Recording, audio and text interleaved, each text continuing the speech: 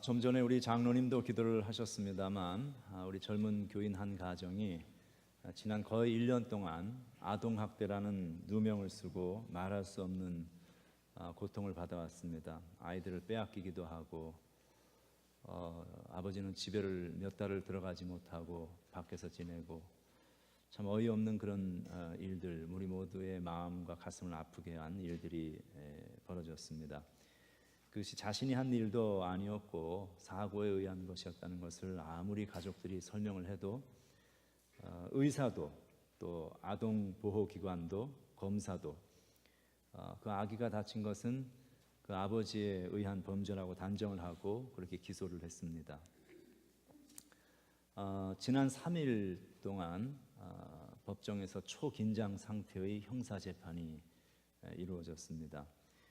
거기서 그 검사가 배심원들을 설득하기 위해서 말하고 행동하는 것을 보면서 참 어이가 없기도 하고 측은하기까지도 했습니다.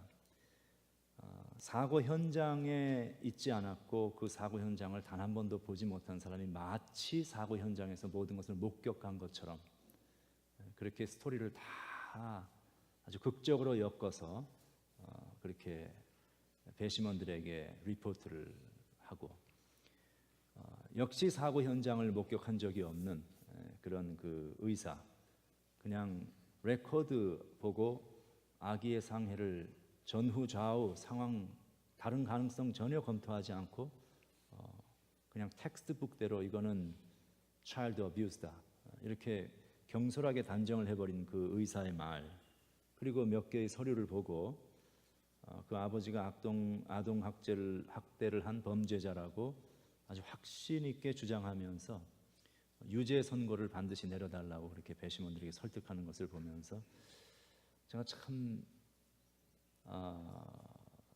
의아했습니다. 검사라는 위치에 있으면 검사라는 우리가 뭐 다 그렇죠. 내가 어디에서 무슨 일을 하며 살든 내가 있어서 내 일을 바르게 해야 합니다. 그래야 그 사회가 이 세상이 잘 돌아가는 것이죠. 검사라는 위치에 있다면 큰 책임을 가지고 있습니다. 사회 정의를 위해서 범죄자들을 바르게 색출해서 그 범죄자들로 말미암아 무고한 사람들이 희생당하지 않도록 지켜주는 게 그 검사의 역할 아니겠어요? 그런데 그 무고한 사람을 대해서 오히려 저렇게 뭔가를 하나 하려고 하는 그런 걸 보면서 과연 그 검사가 정의를 위해서 일하는 사람인지 아니면 자신의 실적을 위해서 일하는 사람인가 하는 것이 무척 궁금했습니다. 참 어려운 싸움이었습니다. 거기서 유죄 판결을 받으면 곧바로 수감이 되고 그리고 그 이후는 평생 지울 수 없는 아동학대 범죄자라는 주홍글씨를 가지고 살아야 합니다. 미국에서 아동학대죄가 주홍글씨가 붙으면 그거는 인생 종치는 것입니다. 정말 위험하고 어려운 그런 벼랑에 서 있는 것과 같은, 한 번만 손가락 끝으로 밀어버려도 떨어질 수 있을 만한 그런 상황이었습니다. 판사도 검사도 다 백인이고 14명의 배심원 가운데 12명이 백인이었습니다.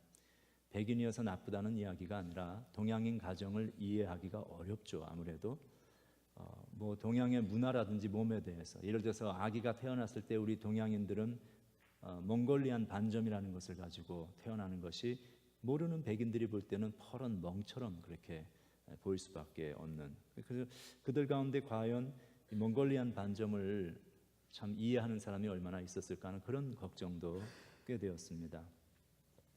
그 검사가 말을 하기를 그날 그 상황을 설명을 하는데 그 사람이 연극영화과 출신인지 자간 뭐 목소리 톤과 행동과 뭐 이런 것까지 배우처럼 그렇게 흉내를 내가면서 아주 극적으로 배심원들에게 그렇게 설명을 했습니다. 할아버지는 2층에 있었고 그 아버지가 생후 54일 되는 말도 못하고 자기 의사 표현을 전혀 할 수 없는 그 갓난 아기를 데리고 지하실로 내려갔다는 거예요. 이게 무슨 얘기입니까?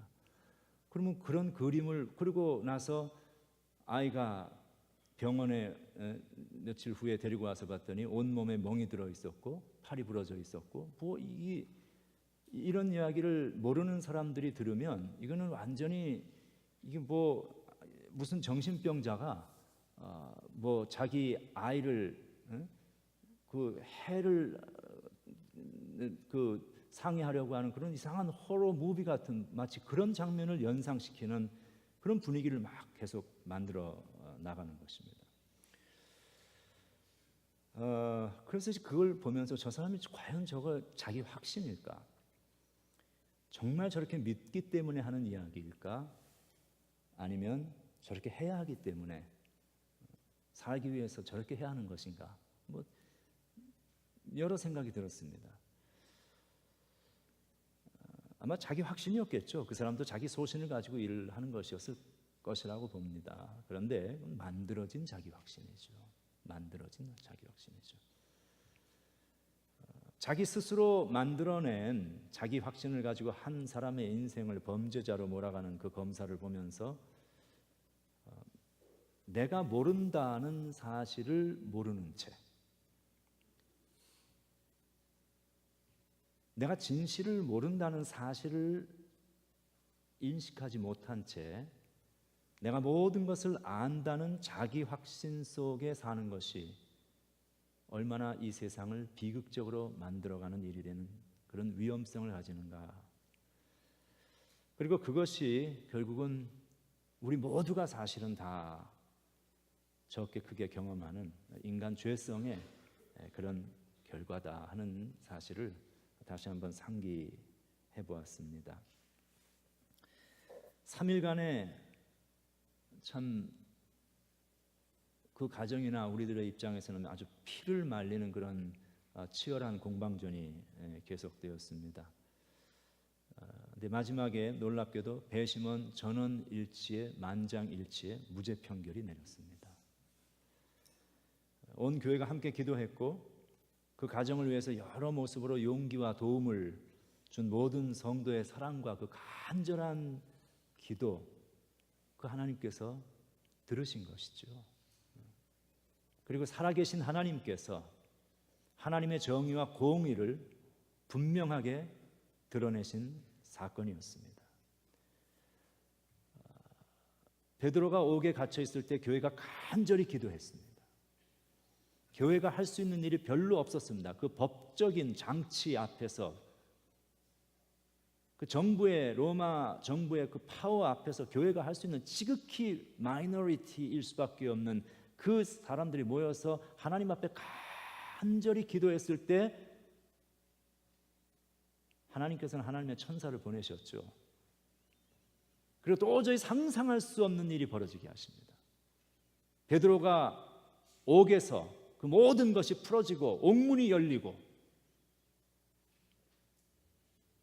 그를 지키고 있었던 모든 가드들을 지나서, 그 얘기는 무슨 얘기예요? 그 가드들이 하나님이 행하시는 일 앞에 무엇을 할 수가 없었다는 이야기입니다. 보면서도 손을 못 대었는지 보지 못하였는지 하여간 하나님께서 마치 다니엘, 사자굴에 던져졌던 다니엘에 위하여서 사자들의 입을 막아버리신 사건처럼 하나님이 모든 것을 컨트롤하시고 하나님이 역사하시니까 이 세상 권력과 파워가 무슨 소용이 있습니까? 베드로가 풀려났던 그 놀라운 역사의 사건을 우리가 오늘 이 21세기의 그 같은 하나님의 역사의 현장을 우리가 경험하고 체험하는 그 일을 우리가 목도할 수 있었습니다. 그 하나님 앞에 영광과 찬양을 돌리면서 그 일은 그 한 가정에만 일어났던 사건이 아니라 바로 그 같은 하나님께서 역시 똑같은 동일한 은혜와 축복과 은총으로 우리 한 사람 한 사람의 인생을 붙드시고 지켜주고 계신다는 사실입니다. 때때로 우리가 인생을 살아가며 그 가정이 경험했던 것들은 황당하고 예상할 수 없는 어떤 어려움과 고통에 우리가 직면할 수 있겠지요. 그러나 그때에 우리가 두려워하지 아니할 것은, 그때 우리가 소망과 믿음과 용기를 잃지 말아야 할 것은 바로 살아계신 하나님께서, 그 동일한 하나님께서, 다니엘의 하나님, 베드로의 하나님, 그 모든 하나님의 진실한 주의 종들의 하나님께서 우리의 하나님이 되시기 때문입니다.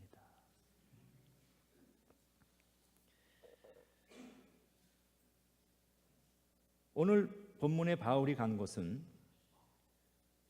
이 고대 그리스의 도시인 아테네라는 곳을 갔습니다. 우리 성경에는 아덴 이렇게 되어 있습니다. 아테네를 갔습니다. 거기는 탈레스라든지 헤라클레이토스, 소크라테스, 플레이토, 아리스토틀 이런 우리가 이름만 들어도 아는 이 그리스 고대 철학의 거장들이 활동을 했던 그런 이 그리스 철학의 주 무대이자 메카이기도 합니다.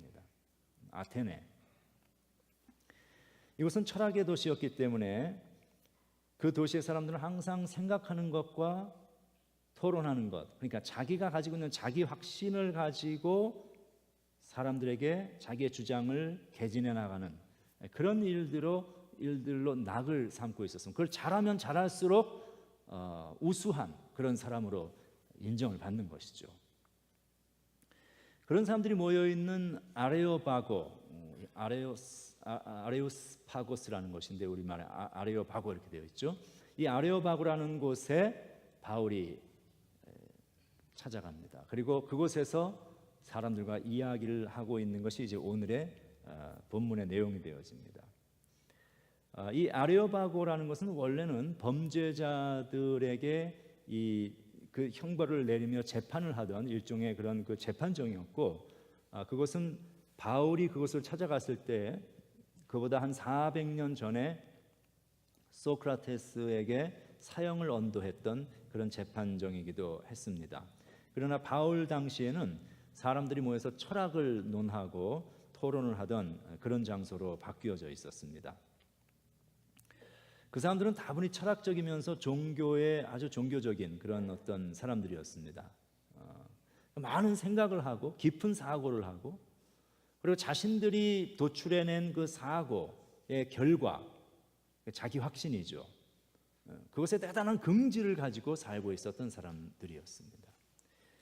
그들은 다신론자들이었기에 많은 신을 섬기고 있었는데 그 가운데에는 바울이 보니까 심지어 알지 못하는 신에게 라고 헌정되어진, 어떤 신인지도 모르지만 작은 unknown God에게 바쳐진 그런 제단까지 있는 그런 것이었습니다. 그래서 바울이 그들이 소위 레이블을 붙여놓고 헌정했던 어떤 신에게, 알지 못하는 그 신이 누구냐, 당신들이 알지 못하는 그 신에 대해서 하나님을 이야기하는 것이죠. 바울은 내가 이야기해 주겠다라면서 이제 이야기를 끌어나가고 있습니다. 그러면서 그 하나님을 소개하기 시작하죠.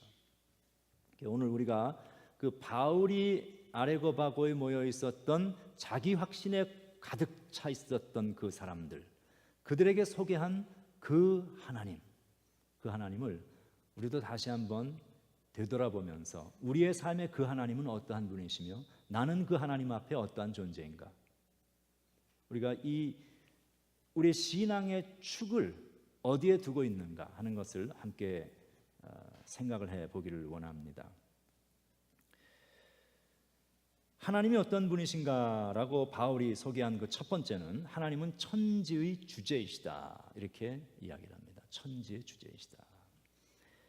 24절에서 26절에 앞에 화면에 나옵니다만 우주와 그 가운데 있는 만물을 지으신 하나님이라는 이야기가 나오죠. 그러니까 하나님은 창조주 하나님, 천지 창조를 이루신 창조주이시다 하는 이야기입니다. 그 하나님께서는 천지의 주제신이 주인이시다. 당연한 이야기죠. 이는 만민에게 생명과 호흡과 만물을 친히 주시는 이심이라. 인류의 모든 족속을 한 혈통으로 만드사 온 땅에 살게 하시고 그들의 연대를 정하시며 거주의 경계를 한정하신다. 그런 이야기가 나옵니다. 하나님은 세상 만물의 주인이시요 주권자가 되십니다. 우리 장로교에서 하는 신앙 고백 가운데 가장 첫 번째, 가장 우리가 소중하게 생각하는 장로교의 시그니처 신앙 고백이라고 할 수 있는 것은 하나님은 주권자이시다. God is sovereign God. 그렇죠? 하나님은 주권자 하나님이시다 하는 그런 이야기. 하나님의 주권을 이야기합니다. 존재하는 모든 것의 창조주이시고 소유주가 되십니다. 만민에게 생명과 호흡을 주신다 이렇게 이야기를 하죠. 아기가 모태에서 태어나오면 그러면 이 세상을 접하죠. 그때에 첫 숨을 쉴 수 있어야 합니다. 그 아기의 생명의 줄이 되는 첫 번째 숨결을 주시는 분이 하나님이시다. 그리고 그 이후에 그리고 지금 이 순간도 우리로 하여금 이렇게 편안하게 호흡하며 살아갈 수 있는 그렇게 하시는 그 우리에게 생명과 호흡을 주시는 분이 하나님이시다. 우리가 이 땅에서 숨쉬며 살다가 이 땅의 모든 여정을 다하고 마지막 호흡과 함께 우리를 부르시사 영원한 안식으로 우리를 인도하시는 분도 하나님이시다 하는 것입니다. 만민에게 연대와 거주의 경계를 정하시는 분이 하나님이십니다. 나의 삶이 한국에도 있게 하셨고 미국에도 있게 하시고 이 땅에도 있게 하시고 언제가 되면 저기도 가게 하시고 그렇게 옮기시는 분이 하나님이시다. 인생의 삶을 때로는 낮추기도 하시고 때로는 높이기도 하시는 분이 하나님이시다. 우리의 신앙이라는 것은 하나님이 우리의 인생의 주권자시다라는 사실을 인정하는 것입니다. 내가 아니라 하나님이라는 것을 고백하는 것이고 나 중심적인 시각과 태도에서 하나님 중심적인 시각과 태도로 삶의 축을 전환시키는 것이 신앙의 모습입니다. 바울이 방문했던 아테네에는 유네스코에서 지정한 세계문화유산 제1호 아크로폴리스라고 불리는 곳인데요. 그 1호가 있습니다. 도시의 수호신이자 전쟁의 여신인 이 아테나에게 바쳐진 신전인데 그 신전의 이름은 파르테논입니다. 이 신전은 건축학적으로 아주 가장 완벽한 도릭 형태의 건물로 지어져 있습니다. 이 고대 건축의 건축 기둥 양식이 도릭, 이오닉, 고린도 이렇게 세 가지가 보통 있는데 그 중에서 이제 도릭이라는 것은 여기 보시다시피 이렇게 직선으로 위로 쭉 뻗어 올라가 있는 별 그 어떤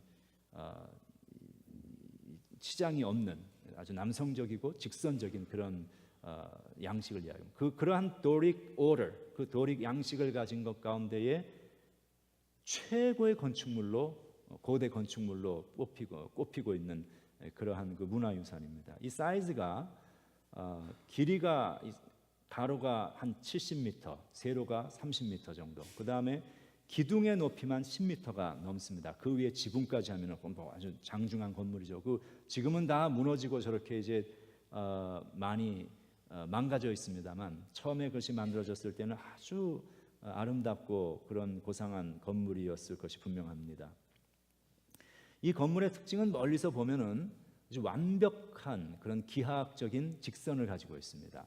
수평과 수직이 완벽한 기하학적인 선을 유지하고 있는 건물로 아주 유명합니다. 그런데 사실은 저 건물은 다 휘어져 있습니다.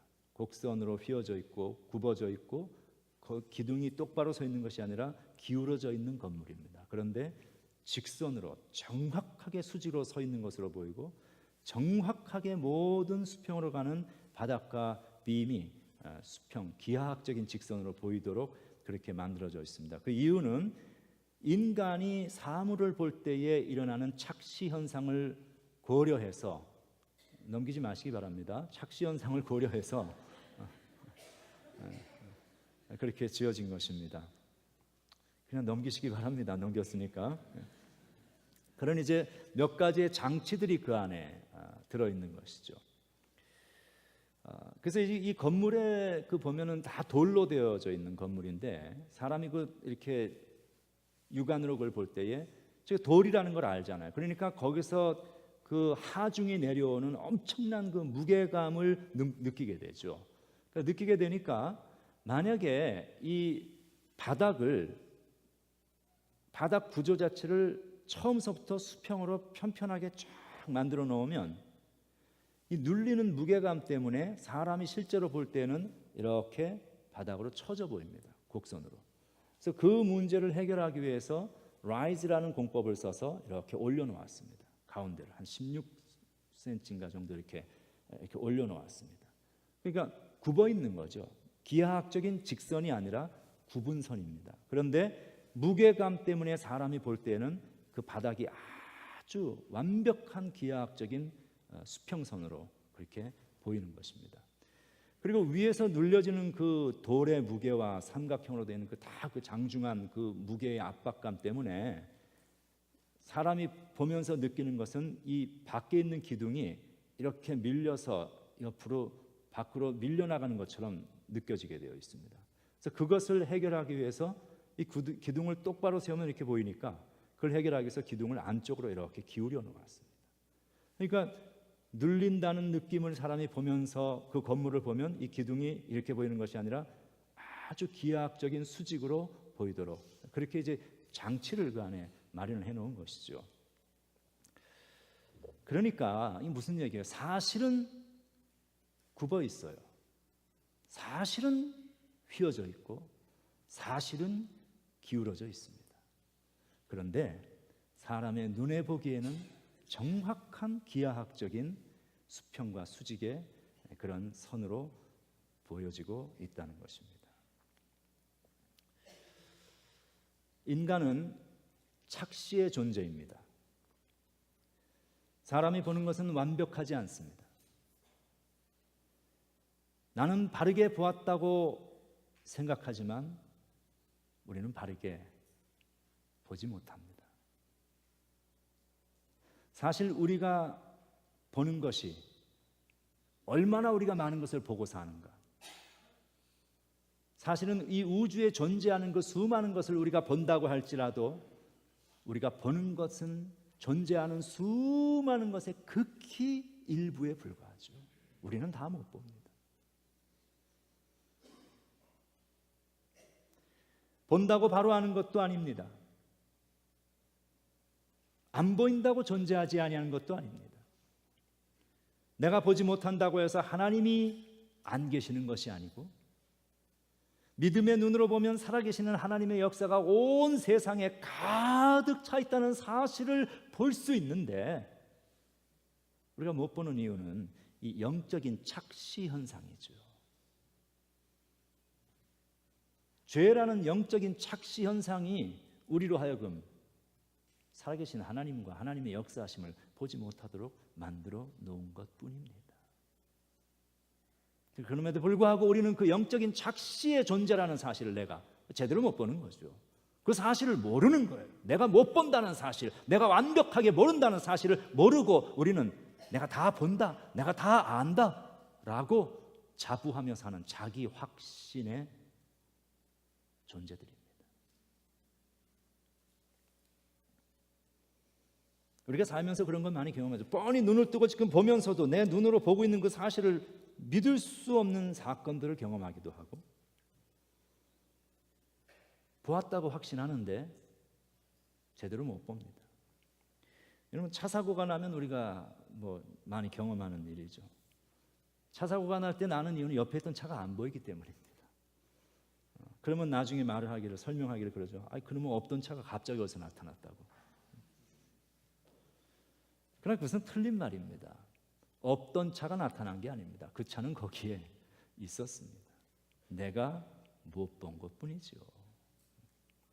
그런데 사람은 내가 못 봤다고 말하지 않습니다. 그 차가 거기 없었다. 뭐예요? 자기 중심적인 삶의 해석입니다.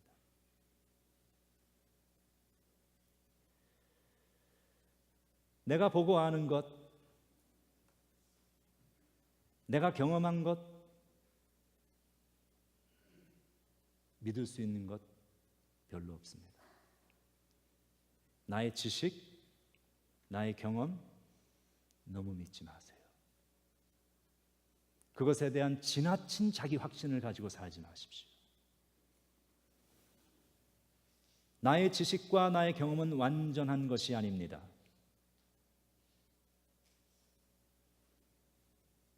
신앙은 내가 보고 듣고 아는 것이 완전하지 않다는 사실을 인정하는 것입니다.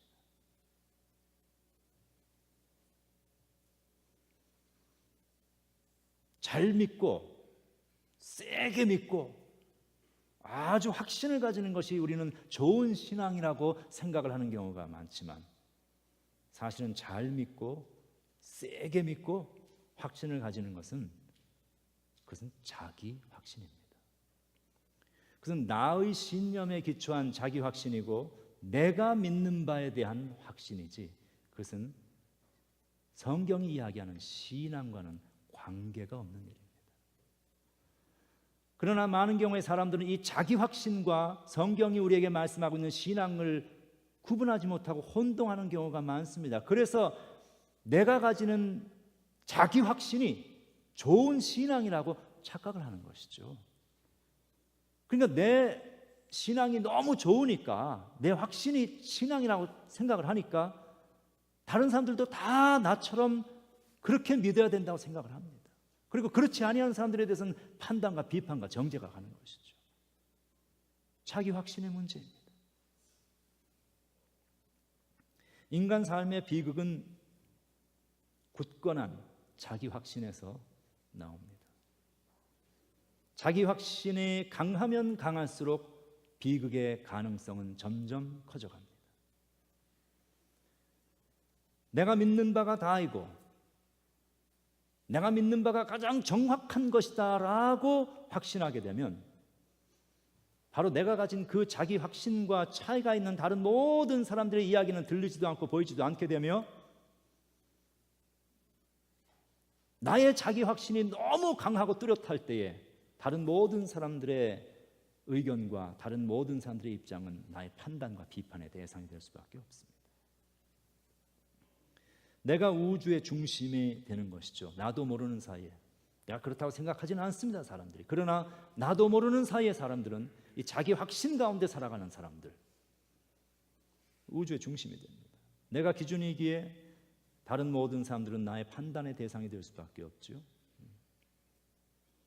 그러나 그 자기 확신은 기독교 신앙과는 아무 상관이 없는 일입니다. 성경은 이 자기 중심성, 자기 확신에 근거한 자기 중심성을 죄라고 이야기합니다. 그것은 신앙이 아닙니다. 미숙한 신앙일수록 자기 확신을 절대화합니다. 성숙한 신앙은 내가 틀릴 수 있다고 생각합니다. 내가 보고 듣고 경험한 모든 것이 완전하지 아니하며 그러기에 내가 틀릴 수 있다는 사실을 아는 것, 다른 말로 이야기하면 내가 다 모른다 라는 사실을 아는 것, 그것이 지혜이고 그것이 신앙입니다. 내가 다 안다면 우리에게는 하나님이 필요 없을 것입니다. 오직 하나님 한 분만이 완전히 아시며 오직 하나님 한 분만이 완벽하게 옳고 완벽하게 의롭다는 사실을 우리는 한순간도 한치도 의심해서는 안 됩니다.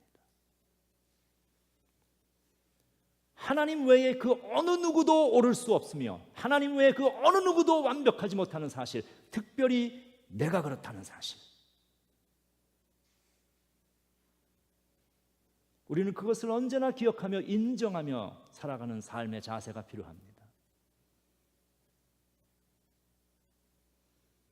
그래서 내가 지나치게 주장하지 않고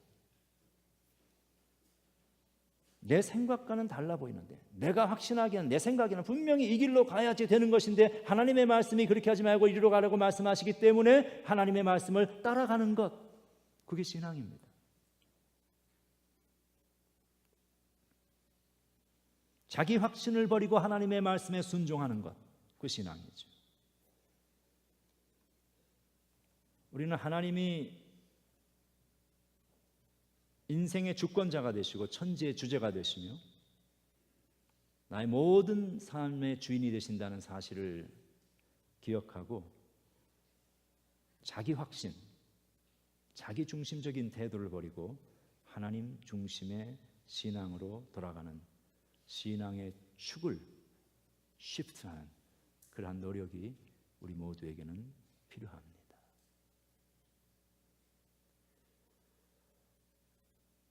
두 번째, 하나님은 우리와 가까이 계시는 분입니다. 27절 말씀은 이렇게 이야기하죠. 그는 우리 각 사람에게서 멀리 계시지 아니하도다. 가까이 계신다는 거예요. 하나님 우리 가까이 계신다. 하나님이 어디에 계십니까, 여러분? 우리는 하나님이 어디 계시는가 생각할 때 쉽게 하나님은 저 멀고 먼 높고 높은 하늘의 보좌 위에서 우리를 내려다보고 계시는 그 하나님으로 생각하기 쉽지만 하나님은 나의 생각보다 훨씬 더 나에게 가까이 계시는 분입니다. 나보다도 나를 더 사랑하시는 하나님, 나의 생각보다 훨씬 더 나에게 가까이 계시는 하나님, 나의 의식과 나의 상상보다도 훨씬 더 나에게 가까이 계시는, 아니 내가 나에게 가까이 있는 것보다 더욱더 나에게 가까이 계시는 하나님.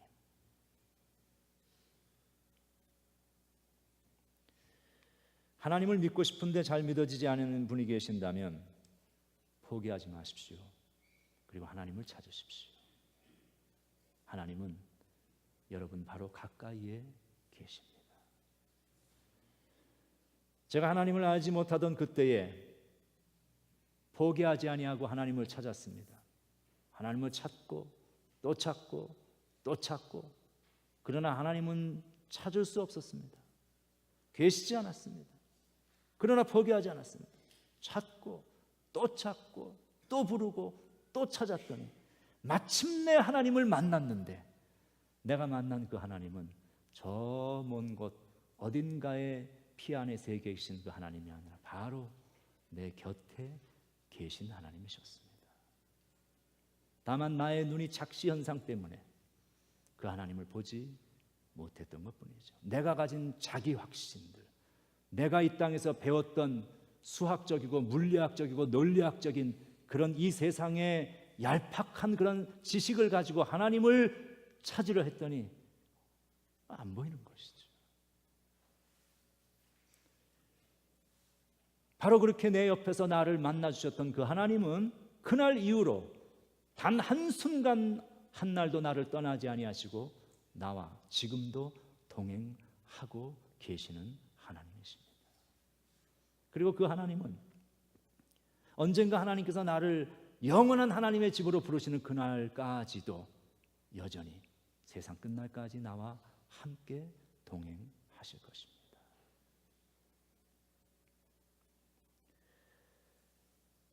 하나님이 나와 가까이 계신다 하면 어떠한 의미인가요? 하나님이 나와 가까이 계신다는 이야기는 하나님이 나를 사랑하신다는 이야기입니다. 사랑하는 사람들끼리는 가까이 있고 싶어지죠. 부모가 자식을 사랑하는 이 부모는 그 마음으로 그리고 그 몸으로 항상 자식 가까이 그 옆에 있습니다. 다칠세라, 넘어질세라, 위험으로부터 보호하고 지켜주고 돌보기 위해서 항상 그 자식 옆에 가까이 있습니다.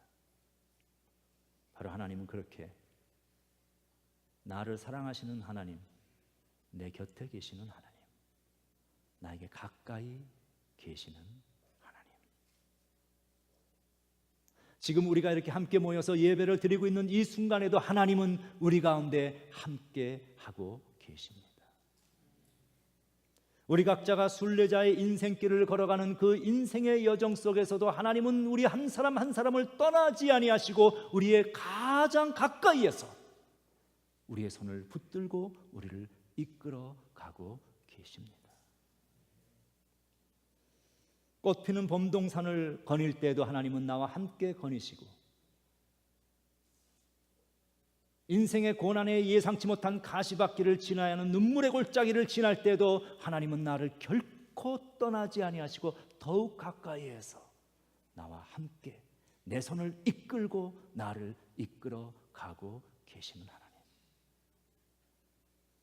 때로 우리의 인생이 수렁길에 빠져서 인생의 깊은 늪으로 갈 때도 하나님께서는 결코 내 손을 놓지 않고 계시기에 우리가 영원히 인생의 늪 속에 빠지지 아니하도록 우리를 건져 올려 주시는 하나님. 그 하나님이 우리와 함께 계십니다. 그 하나님이 바로 내 곁에 내 손을 붙들고 계십니다. 때로 우리의 기도가 응답되지 아니할 때에, 삶의 고난이 찾아올 때 우리는 하나님께서 나에게 멀리 계시지 아니한가 의심을 하기도 합니다. 그러나 그 고난이 나에게 찾아올 때 한번 우리 자신을 돌아보십시오. 지금 내가 경험하는 그 고난이 분명히 현존하는 고난이기는 하지만 동시에 그 고난 외에도 하나님께서 나에게 끊임없이 부어주고 계시는 하나님의 수많은 은혜가 나의 인생의 곳곳에 여전히 현존하고 있지 않습니까? 바로 그것은 내가 고난의 현장 속에 있을 때에도, 인생의 가시밭길을 걸어갈 그때도 하나님께서 나를 떠나지 아니하시고 나와 함께하고 계신다는 놀라운 반증이 되어지는 것입니다.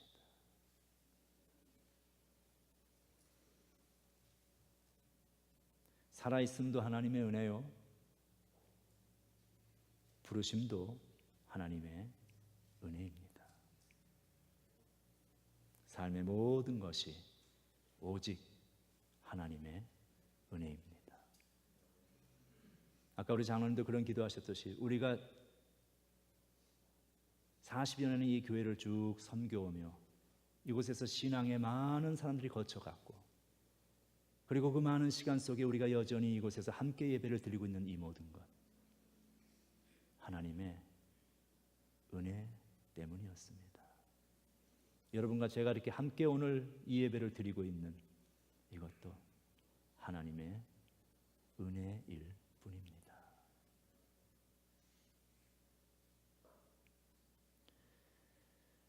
그 하나님이 나와 가까이 계시며 나와 함께 계심을 잊지 마십시오. 지금도 나에게 선하신 은혜를 부어주고 계시는 그 하나님의 사랑에 힘입어서 오늘까지 우리가 살아왔습니다. 하나님이 나에게 가까이 계신다면 나도 그 하나님 앞에 더욱더 가까이 나아가야 할 것입니다. 어떻게 하나님 앞에 가까이 갈 수 있을까요?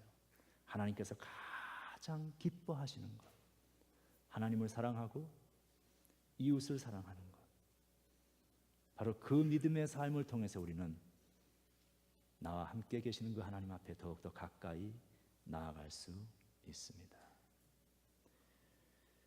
우리와 함께 하시는 좋으신 하나님을 사랑하고 이웃을 사랑하는 신앙의 프랙티스 속에서 매일매일 경험하며 살아가는 복된 인생 되시길 주의 이름으로 축원합니다. 기도하겠습니다. 하나님 감사합니다. 하나님이 우리의 인생의 주인 되시고 하나님이 천지의 주제가 되어 주심을 감사합니다. 하나님 한 분만이 옳으신 분이며 나는 옳지 않다는 사실을 언제나 기억하며 하나님 앞에 살게 하여 주시옵소서. 내가 옳기에 너는 틀렸다고 정죄하는 삶이 아니라 나도 틀릴 수 있다는 것, 그래서 덕을 세우며 겸손한 크리스찬의 인격으로 만들어져가는 성숙한 그리스도인들이 되어가게 하여 주시옵소서. 나와 함께 하시는 하나님, 나와 가까이 계시는 하나님, 우리들의 삶에 지금까지 가까이 하셨던 하나님, 앞으로도 우리와 함께 하실 뿐만 아니라 우리의 자녀, 후손, 그들의 인생에도 함께 하여 주시옵소서. 예수님 이름으로 기도합니다. 아멘.